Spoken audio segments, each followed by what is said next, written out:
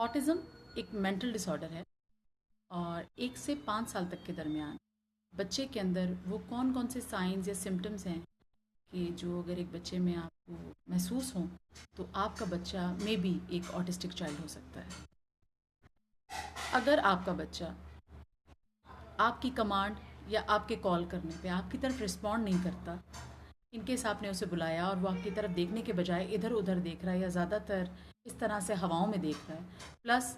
Poor eye contact है, यानी eye contact देकर ना वो बात सुन रहा है ना वो आपसे बात करना चाहता है, तो ये एक बहुत मेजर साइन होता है। स्पेशली आप इस चीज़ को इस तरह से ले लें कि जब हम बच्चे को क्लिक करने लगते हैं, लाइक उसका कोई पिक्चर वगैरह कोई स्नैप लेने लगते हैं और कहते हैं से चीज़ या फिर यहाँ देखो, तो ऑटिस्टिक बच्चा उस तरह से ना रिस्पॉन्ड करेगा और ना ही आपकी तरफ देखेगा। उसकी तस्वीर आपको इसी तरह से लेनी पड़ेगी और वो तस्वीर लेने के बाद या उसके दौरान भी आपको महसूस होगा कि ये नॉर्मल रिएक्शन नहीं है, क्योंकि वो कमांड को फॉलो नहीं कर रहा होगा। सेकेंड थिंग, इन बच्चों में कांस्टेंट हैंड फ्लैपिंग वक्त के साथ साथ ये छोटी एज में 1 से 5 साल के दरमियान इस तरह से हाथों को फ्लैप करते हैं। और ये फ्लैपिंग ज़्यादातर उस वक्त जब ये फारिग बैठे हैं या किसी चीज़ को देख के अपने अंदाज से बहुत एक्साइटेड हो रहे हैं, तो इस तरह से ये कॉन्स्टेंटली फ्लैप करते रहते हैं। ये हैंड फ्लैपिंग एक मेजर साइन है और ये नॉर्मल बच्चों में नहीं होता। तीसरी चीज़, जब ये बच्चे चलना शुरू करते हैं तो आम बच्चा, नॉर्मल बच्चा बिल्कुल सीधा पाँव रख के ज़मीन पर जैसे नॉर्मल बच्चे चलते हैं वो चलता है, लेकिन ये बच्चे टिप टो वॉकिंग करते हैं, यानी अपने पाँव की उंगलियों, पंजों के बल जिसे चलना कहते हैं, हील को ज़मीन से उठाकर ये वॉक करते हैं और उस चीज़ में ये ज़्यादा जॉय और ज़्यादा सेटिस्फेक्शन उस चीज़ में महसूस करते हैं। एक और चीज़ जिसे हम हेड बैंगिंग कहते हैं, यानी सर को बार बार पीछे मारना इस तरह से, और कॉन्स्टेंटली जब ये चीज़ बहुत ज़्यादा बढ़ जाती है बहुत ज़ोर ज़ोर से मारना, और अगर हर्ट हो तो थोड़ी देर रुकते ज़रूर हैं और उस चीज़ को महसूस करके लेकिन दोबारा से उसको रिपीटेटिवली करना शुरू कर देते हैं। और चूंकि ये पेन सेंसिटिव नहीं होते ये बच्चे, तो पेन को वो इतना बॉदर नहीं करते। अगर लगने से पेन भी हो रहा है तो उसको लेकिन फिर भी कॉन्स्टेंटली अपने सेटिस्फेक्शन के लिए हेड बैंगिंग करते रहेंगे करते रहेंगे करते रहेंगे। ऑटिस्टिक बच्चे को एक और साइन ये कि जब कभी उसके हाथ में पानी है एक ग्लास में, तो वो उसे पोर करेगा बैक एंड फोर्थ, यानी आप ये समझ लें कि 2 ग्लास हैं उसके पास, तो उसमें से वो पानी इस तरह से जैसे बच्चा है उसे पीने की कोशिश करेगा, कहीं पे गिराने की नहीं, वो दूसरे ग्लास में उसको पोर करेगा, वहां से उसे दोबारा पहले वाले में पोर करेगा। ऐसे करते करते कई मिनट कई घंटे वो बच्चा गुजार देगा, लेकिन इसी एक्टिविटी में लगा रहेगा।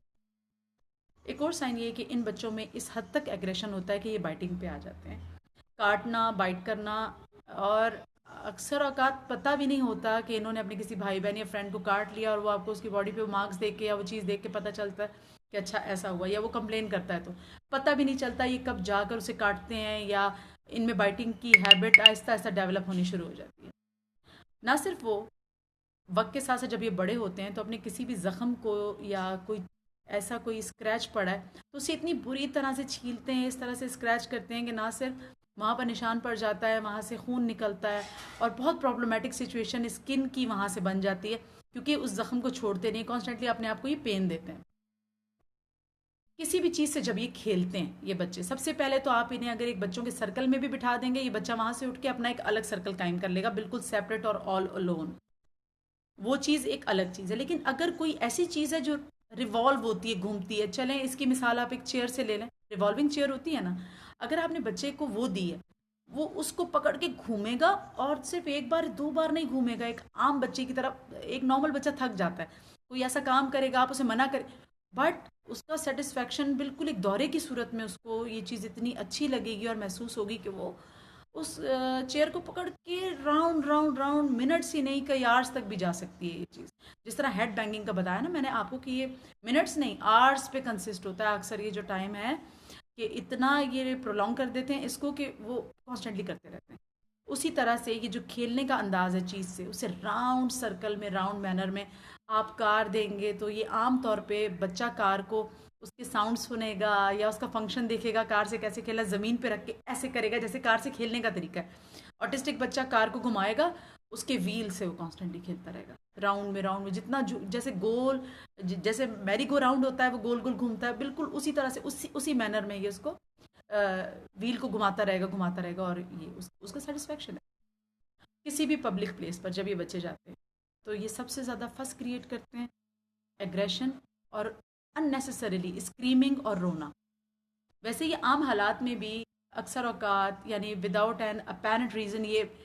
रोना शुरू कर देते हैं, और आप बाकायदा महसूस करते हैं कि ना कोई पेन है, ना किसी ने मारा है, ना कोई ऐसा इशू है, ना भूख लगी है। आप मुख्तलिफ चीज़ें चेक करेंगे, पूछेंगे, बट वो एक टाइम स्पैन होगा जिसमें उसने रोना है। रो के वो फिर अपने आप खेलने और नॉर्मल होने लग जाता है। बिल्कुल उसी तरह से ये बच्चे एग्रेशन किसी भी पब्लिक प्लेस पे इतना ज़्यादा शो करते हैं कि पेरेंट्स के लिए इजीली मूव करना या उधर जाना और यानी लोगों में मिक्सअप होना, सोशल होना मुश्किल हो जाता है। ये बहुत बड़ी कंप्लेन है। चेहरे के ऊपर अगर आप ये चीज़ डिटेक्ट करना चाहें कि ऑटिस्टिक बच्चा किस तरह से थोड़ा सा मुख्तलिफ होता है या क्या कौन से साइंस हैं कि वो फेस पे भी कुछ अपीयर होता है ऑटिस्टिक बच्चे की आंखों के नीचे काफ़ी डार्क सर्कल्स, यानी डार्क सर्कल तो वैसे बहुत ज़्यादा डीप और बहुत गहरे होते हैं यूजुअली। आंखों के नीचे आपको एक डेडनेस, एक अंधेरा सा नज़र आएगा आंखों के नीचे। और अक्सर जब ये आपको देख रहे होंगे आपको ऐसा लगेगा मेरी तरफ एक डमी देख रही है, ये इंसान नहीं देख रहा। आंखों में बहुत ही लाइफलेस किस्म का एक एक्सप्रेशन आपको एट टाइम्स मिलेगा, और वो आपको आपको लगेगा वो आपको देख रहा है, लेकिन आपको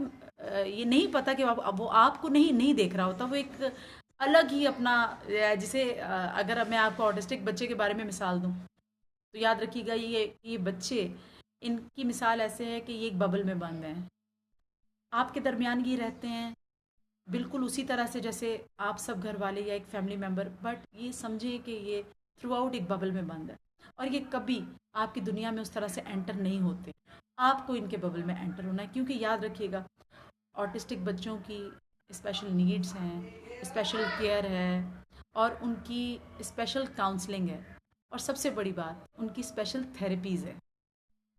मेडिसिनल थेरेपी को ना कभी मैं यस करती हूँ और ना कभी मैं प्रोमोट करती हूँ। मैं सख्त नापसंद करती हूँ कि किसी मेंटल डिसऑर्डर में बच्चे को मेडिसिन से स्टार्ट लिया जाए। उस बच्चे को टाइम दें, उसकी काउंसलिंग करेंगे, और ये जो साइंस एंड सिम्टम्स हैं इनको बताने का मकसद सिर्फ आपको अवेयर करना है। अगर आपके आसपास बच्चे में वक्त के साथ साथ स्पीच डेवलप नहीं हो रही और वो इन चीज़ों में, यानी ये चीज़ें आपको ये साइंस एंड सिम्टम्स दिखते हैं, दैट मीन्स अब आपको अलार्म बज जाना चाहिए। आपको पता होना चाहिए कि मेरा बच्चा एक ऑटिस्टिक चाइल्ड है, और अब मैं इसके लिए वो स्टेप्स लूँ कि जो इसकी बेटरमेंट में या इसकी फ्यूचर में कोई वेलबींग या इसकी क्वालिटी ऑफ लाइफ को इम्प्रूव करने के लिए बहुत इंपॉर्टेंट।